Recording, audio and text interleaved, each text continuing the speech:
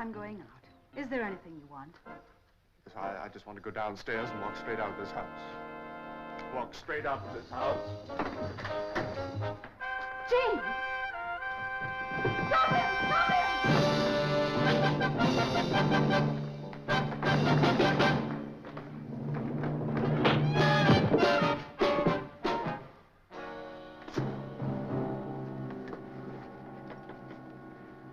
Thank you. Darling. I'm sorry. I just lost control.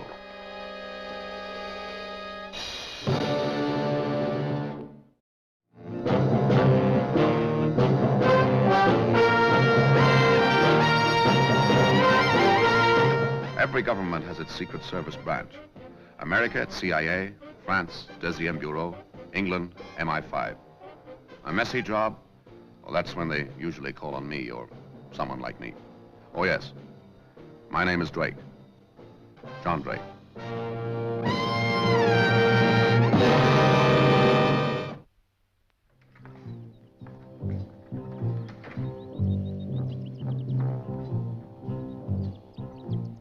Somewhere walking around on the face of the earth, most of us have at least one double.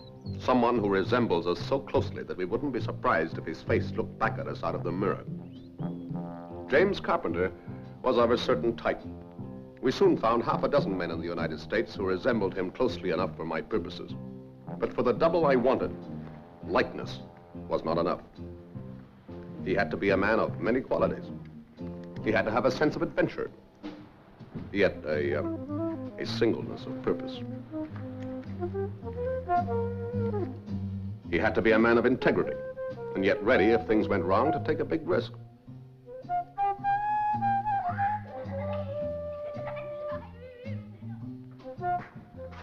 But he also had to be a man of quick decision and physical courage of a high degree.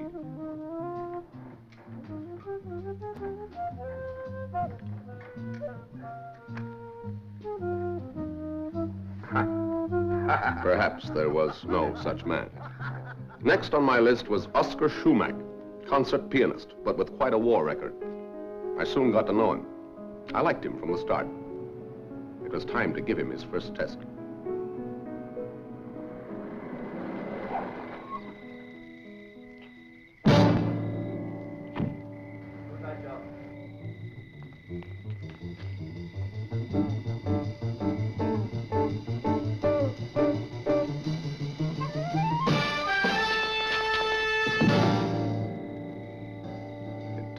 Looked as if I'd found my man at last.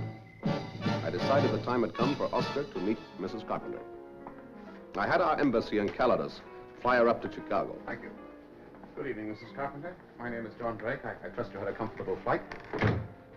Like to sit down? You must Why have you sent for me? What are we doing here? Well, I don't want to build your hopes too high, Mrs. Carpenter, but I think we have a plan for getting your husband out of Calais. Oh, if only you could. I don't think he can stand it much longer. Did they tell me he's not well enough to make a difficult journey? Oh, he isn't. Not now. Then the first thing we have to do, Mrs. Carpenter, is to persuade Oscar Schumack to help us. Oscar Schumack? Yeah. That's him now. The pianist? Yes. You ever seen him? No. No, but then we're out of touch down there. Of course. Oh, here he is now. Oscar Schumack, I'd like you to meet Mrs. Carpenter. Well, what is it? Nothing. Mr. Schumann, please, please. Excuse me, Mrs. Of course. You all right, Mrs. Carpenter? Yes, thank you. Yes. I'm sorry. Could I have a cigarette, please? Of course. I'm sorry, I should have warned you, but I wanted to see how you'd react to him. Well, you're seeing now, aren't you? Is he very like your husband? Yes, exactly. At least, what he used to be like a year ago before his illness. Has he changed much? No. No, not really. It's just that he's lost hope. Ah. And now, Mrs. Carpenter, I hope you are feeling better. I am not used to making such a devastating first impression. I'm sorry. Oh, please, don't be. I am flattered. For a moment, Mrs. Carpenter mistook you for her husband. Ah, I am even more flattered. He is James Carpenter. James Carpenter. Well, that seems to ring a bell. He's in Calados. I have it. It was some time back, an American prisoner in our own embassy. That's right. During one of their anti-American phases, the local government there accused him of espionage. He managed to escape and hole out in our embassy. They can't touch him there because technically it's on American soil. They tried him in his absence and sentenced him to death. Since then, we've been trying to get him out of Calados, but without any success. The local police there keep a watch on the embassy for 24 hours a day. I'm beginning to feel very sorry for my double. How long has this siege been going on? Long time, Oscar. 5 years.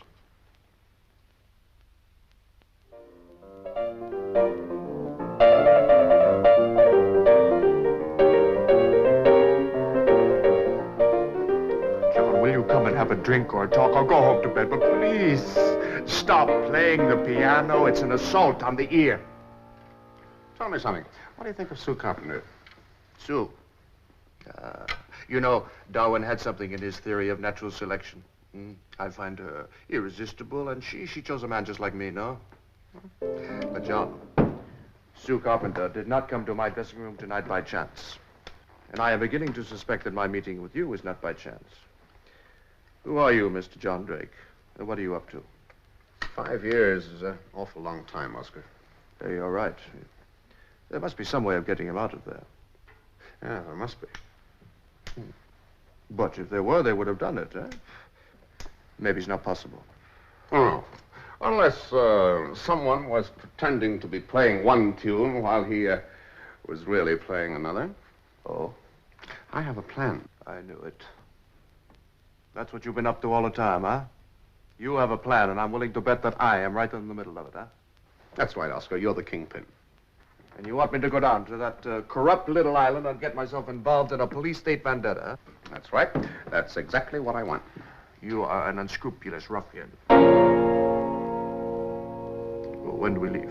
I booked the tickets for tomorrow morning.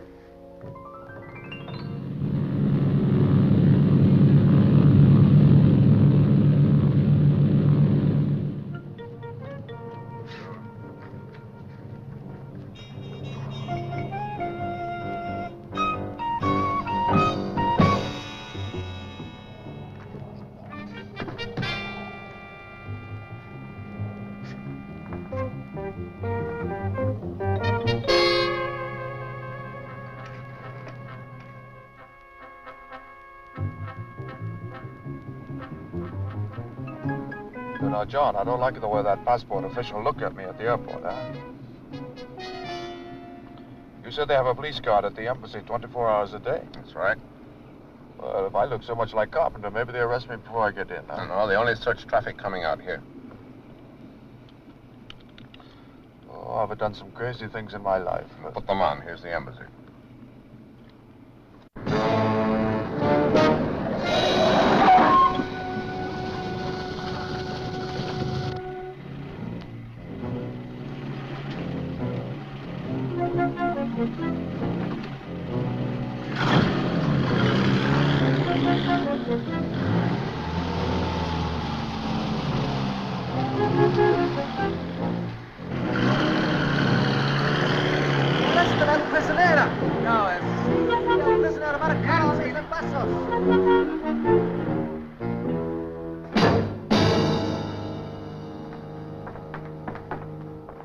Carpenter. Mr. Shumack, I can't tell you how much my husband and I appreciate your courageous gesture in coming down here and taking such a risk for a complete stranger. Now, Mrs. Carpenter, if you'll please take us to meet your husband. Oh, yes, of course. Thank you very much. After you, Oscar.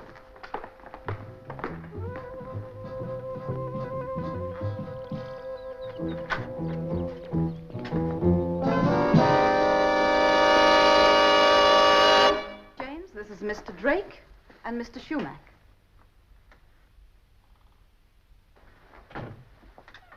Well, James, how does it feel to be such a handsome fellow, huh? Mr. Sumac, you sure you want to go ahead with this? I see no reason why you should risk all this danger for my sake. But don't give it another thought. But while we're on the subject, I should like to know what plans you have after James is safely away for getting me out. Oh, no. Don't worry about it. Oh, but I do. All right, well, the very worst, you'll have a long tramp over the mountains and a trip on the fishing boat. And in the meantime, I hope we can find a more congenial way. Well, so long as it isn't a prison yard and a rope, huh? Mr. Carpenter, have you been seen by the police lately? Any pictures? No, but they've tried hard enough. They got a telescopic camera set up in a window over there. They've done everything they can to get a look at me, but I haven't given them that pleasure. Their latest picture must be at least 5 years old. In all that time, the police have not relaxed their watch. Well, not Colonel Vasco. He's the chief of police. He's determined to get me. It's an obsession. It suits President Juarez. Politically, he's got his own little Cold War, and he wants to keep it going. Mr. Drake, before you go any further, I don't think this is going to work. And I don't want to get Mr. Sumac involved. But we had word from your wife that you were willing to try. Well, maybe, but since then, Since then, you've got cold feet? You've lost your nerve? Now, steady, John. Well, it isn't that. It's just that I've been thinking that... Yes, you go on thinking. About home. Brentwood, L.A., isn't it?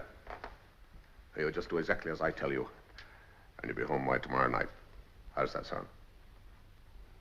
Well, all right, Mr. Drake, I'm with you. What do you want me to do? Right, now let's have a look at you both. Well, you're certainly very much alike, but not identical. You, James, you look ill, you've got a scar in your cheek, and we'll have to do something about that hair. Whereas Oscar here is disgustingly healthy. Your voices are different, so that does away with the first plan. Now we must use the alternative, which means persuading Colonel Vasco, the local chief of police, and everyone else that James Carpenter is Oscar Schumack, the celebrated concert pianist. It won't work. Oh, yes, it will, with the right trimmings.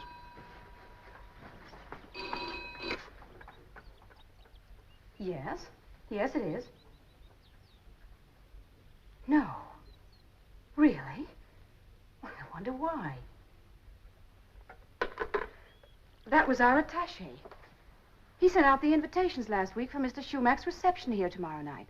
Now, Colonel Vasco's telephoned personally to say he'd be delighted to attend. Perhaps someone has been telling him that a Mr. Schumack who flew in today is the spitting image of the notorious James Carpenter. A very confusing firm.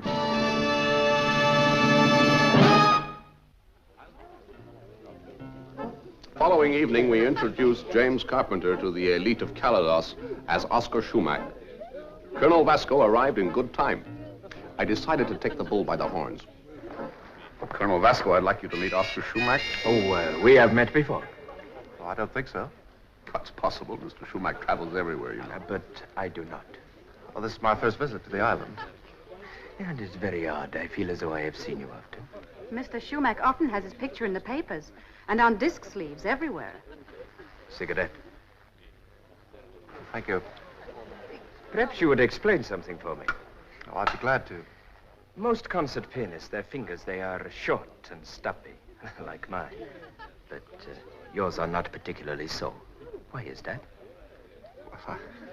After all, senor, you are one of the greatest. You flatter me, Colonel. How else could you tackle Reininger's sonata? I look forward to hearing you this evening. Oh, Mr. Schumack, how do you propose to interpret the second movement? Strictly to tempo, or do you play it rubato? Well, it's a bit difficult to... You'll have to pardon this, Colonel, I'm afraid. The one thing that Mr. Schumack never discusses before a concert is his music. Ah, how thoughtless of me. I apologize. I've just seen the Brazilian ambassador. I promised him a word with the maestro before we leave. Would you come this way, Oscar? I was hoping that Colonel Vasco had interpreted that little performance just the way I wanted. Only magic could transform Carpenter into a concert pianist. And so that is what we have to have. Let's try that again. Now remember, as you change over, your movements must synchronize exactly. Here we go. Now ready? Oscar, I can see your hand. Step back, keep still. Ready. James. In you go. That's pretty good. Yeah. That was pretty good. We'll try once more. Oh, James, you forgot the handkerchief. Right, this time with the palm. All right. Now, watch the dicky bird. Here we go. Ready once more. Don't forget the handkerchief, James. Ready? In you go. Perfect. All right. right, James, time to go. We'll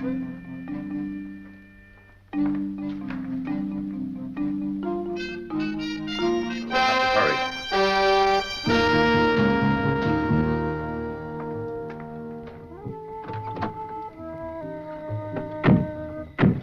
How do you feel, James? I hope I don't let you down. You won't. Just remember you're the great Oscar Schumacher. You don't give a hoot for anybody.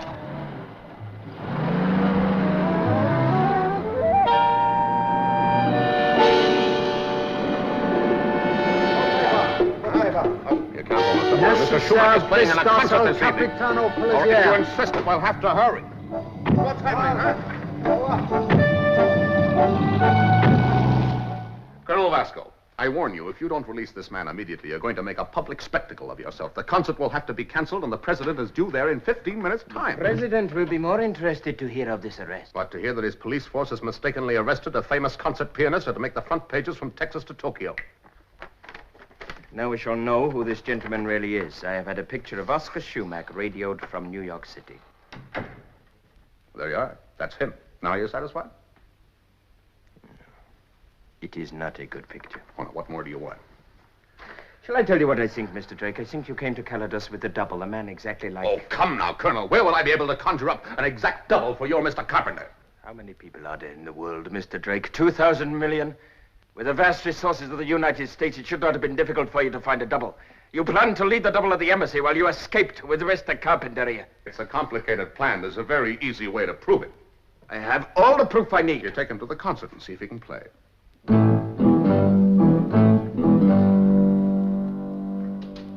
know, Mr. Drake, that is exactly what I'm going to do. I'm sure the president will enjoy seeing an enemy of the state unmasked before the people. And I will see that he is not disappointed. I shall escort Mr. Schumacher to the concert myself. In that case, you'll pardon me if I go ahead. I have the final arrangements to check over. But don't be late. Senor.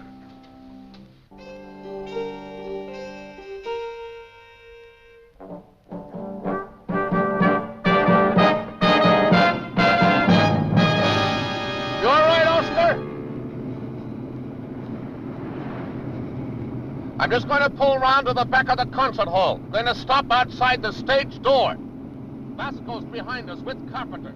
Directly I open up, out you're getting in through the door. And keep calm. Yeah, sure. What have I got to lose, huh?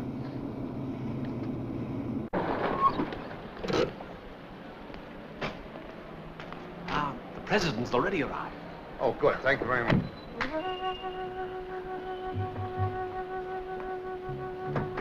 Well, here we go, Oscar. Don't worry. It's going to work.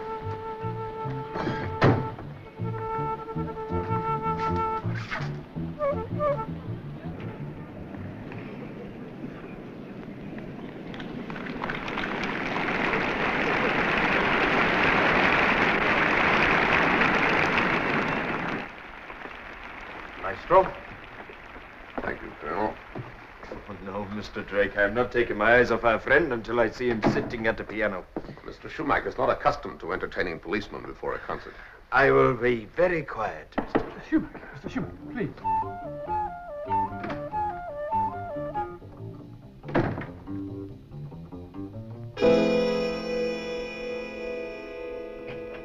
The president has arrived. Are you ready, Oscar? Ready as I can be.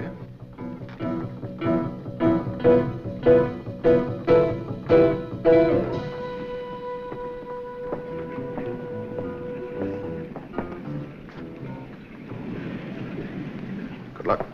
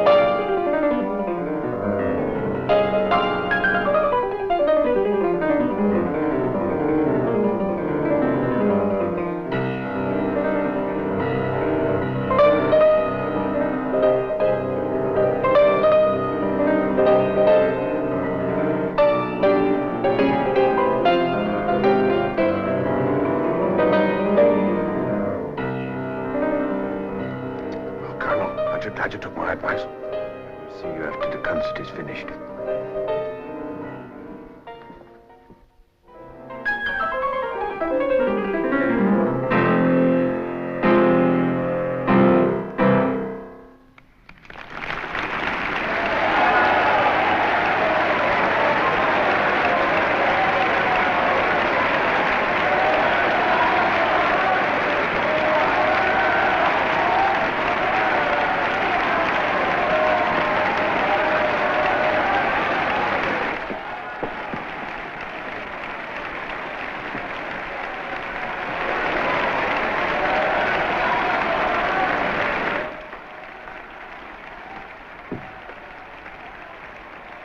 Congratulations. It was a rare pleasure. It's very kind of you, Colonel.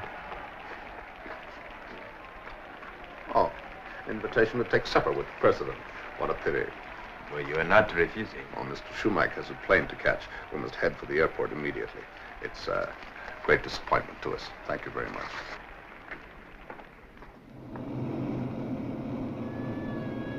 Come on, smile, James. Sue's waiting for you on the plane, you know.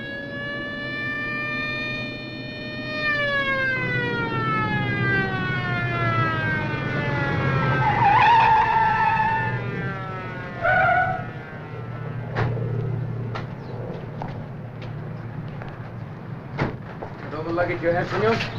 Good of you to see us off, Colonel. Not at all. Now that we know who this gentleman really is, I thought it would be wiser to see him right onto the aircraft. We don't want any more confusions, do we, Mr. Drake? Oh, there was never any confusion in our mind.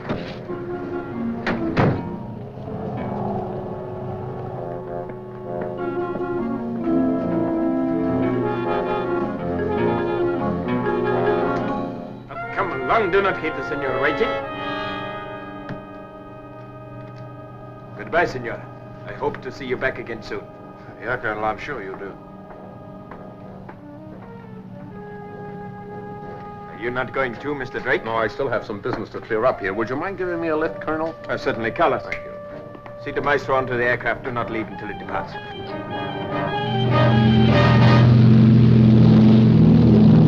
Where exactly do you want me to drop you, Mr. Drake? To the palace, if you please. But you refused the president's invitation. Oh, I didn't refuse it. No, I'd like you to come with me. Be my guest.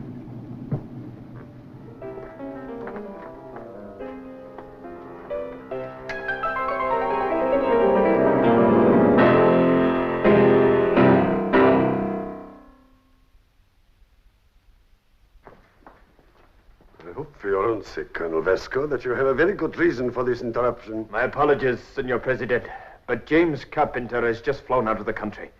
His escape was engineered by these two men. You sure of this? Oh, yes, it's quite true, Mr. President. Assisting an enemy of my country is a very serious crime, Senor Drake. On this occasion, I had your country's interests at heart throughout the entire operation. How do you mean? Mr. Carpenter was given very strict instructions as to what he was to say to the press when he landed in the States. And what did you tell him to say? That he had been given a full release and pardon through the generosity of President Juarez.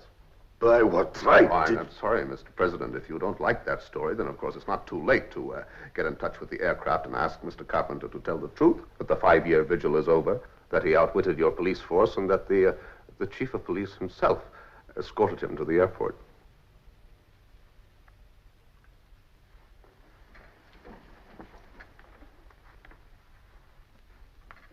Is this true, Colonel Vasco? I thought he was James...